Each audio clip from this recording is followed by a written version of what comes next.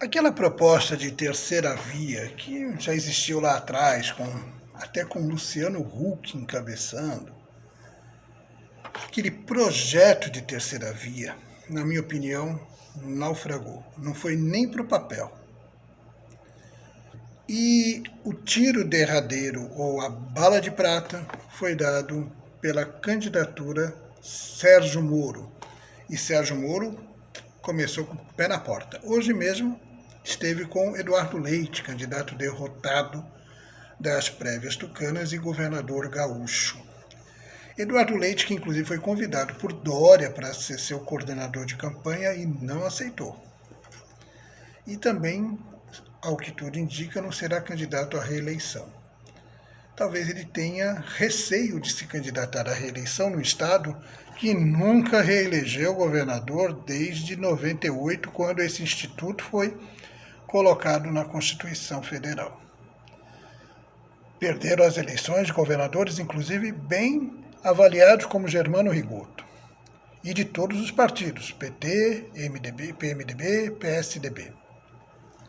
Alguns, como o próprio Germano Rigoto, nem para o segundo turno foi.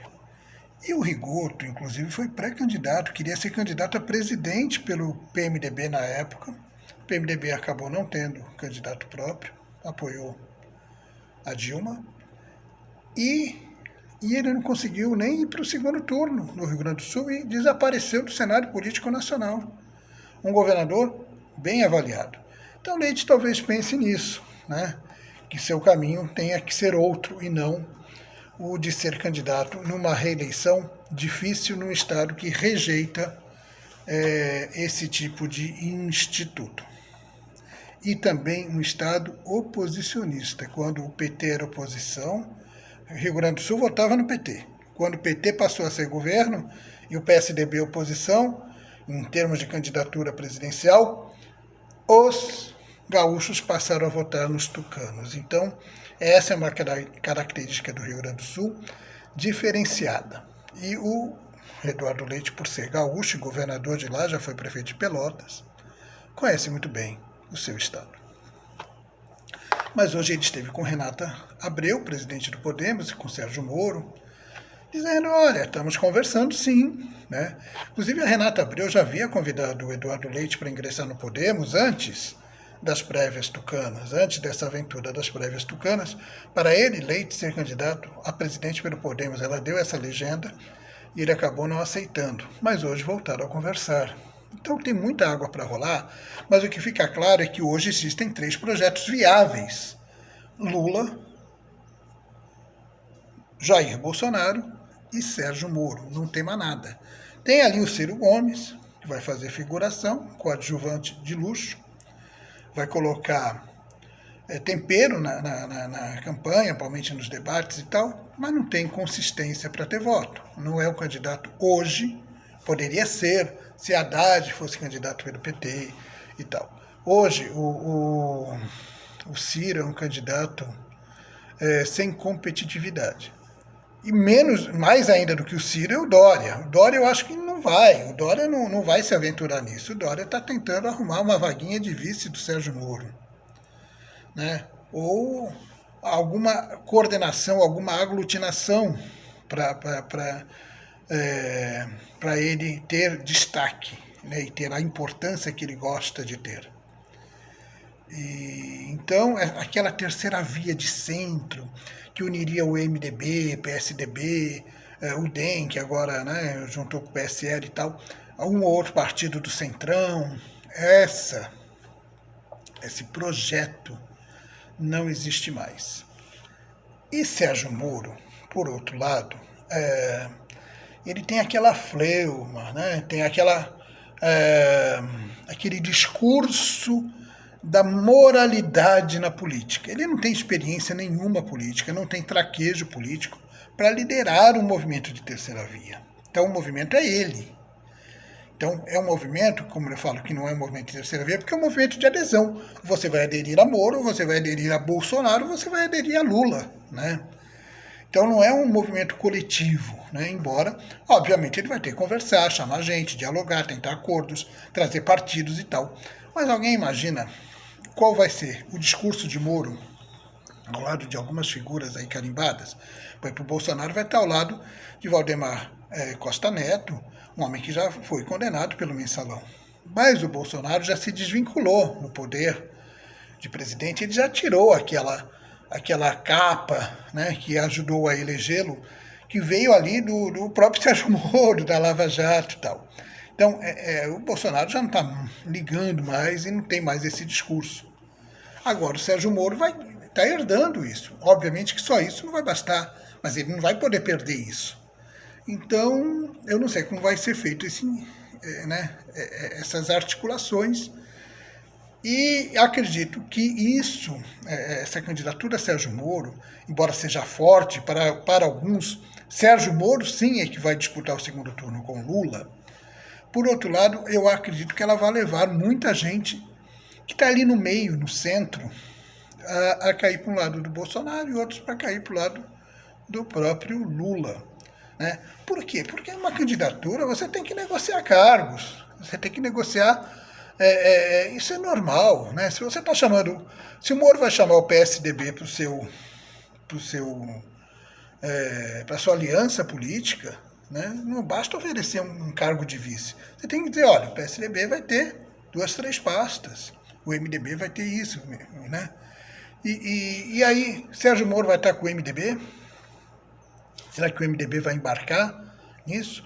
Porque ali, inclusive no MDB, tem a senadora Simone Tebet, que também tem um perfil nessa linha, né, da Lava Jato, que é até o perfil do Podemos. Né? Eu acho que ele está no partido correto. Né? E como fica o resto? Né? Vai ser uma aliança discriminatória? Olha, vem a Simone, o MDB não vem, mas vem a Simone Tebet. Isso não existe na política. Não, eu quero o MDB comigo, mas eu não quero o Renan Calheiros.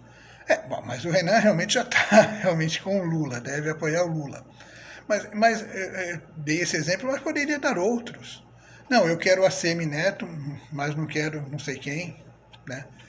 Então, e qual a confiança que esses políticos têm em Sérgio Moro? Porque o Lula ele já conhece, o Bolsonaro ele já conhece. E o Moro é uma incógnita, justamente por lhe faltar esse traquejo político. De qualquer forma, eu acho que a candidatura dele começou forte, mas ela desmontou aquele projeto de centro, aquele projeto político de restauração, né, da política, né, como era praticada, ou como é praticada no Brasil há muito tempo. E foi praticada por Lula e foi praticada também por Jair Bolsonaro. Em doses maiores ou menores aqui ou ali, mas foram praticadas. E essas pessoas, elas não vão abrir mão disso, né? E para embarcar na canoa de Sérgio Moro, não sabendo amanhã, se ele for eleito, qual será a recompensa, né?